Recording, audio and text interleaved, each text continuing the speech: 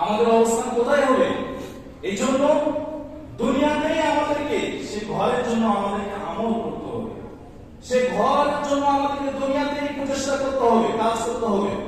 এমনি ভাবে রাসূলুল্লাহ সাল্লাল্লাহু আলাইহি সাল্লাম আমাদেরকে আরেকটি আমল শিক্ষা দিয়েছেন, যে আমল আমরা সবাই পালন করার চেষ্টা করি।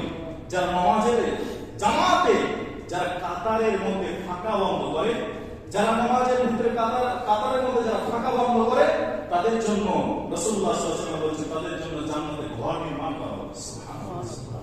যা আমরা কোরআন এবং সুন্নাহ অনুযায়ী আমরা আমাদের জীবন কি করি, বাস্তবায়ন করার চেষ্টা করি। আলহামদুলিল্লাহ, আলহামদুলিল্লাহ। আল্লাহ রাব্বুল আলামিন আমাদের কবুল করেছেন। এটি একটা বড় আমল।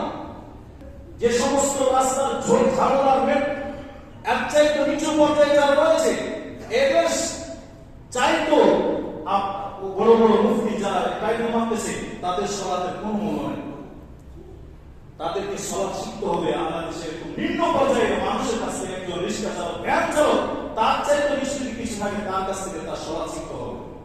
এটা আমরা গর্ব করতে পারি, অহংকার করতে পারি। আলহামদুলিল্লাহ, আল্লাহ রাব্বুল আলামিন আমাদের কবুল করেছেন।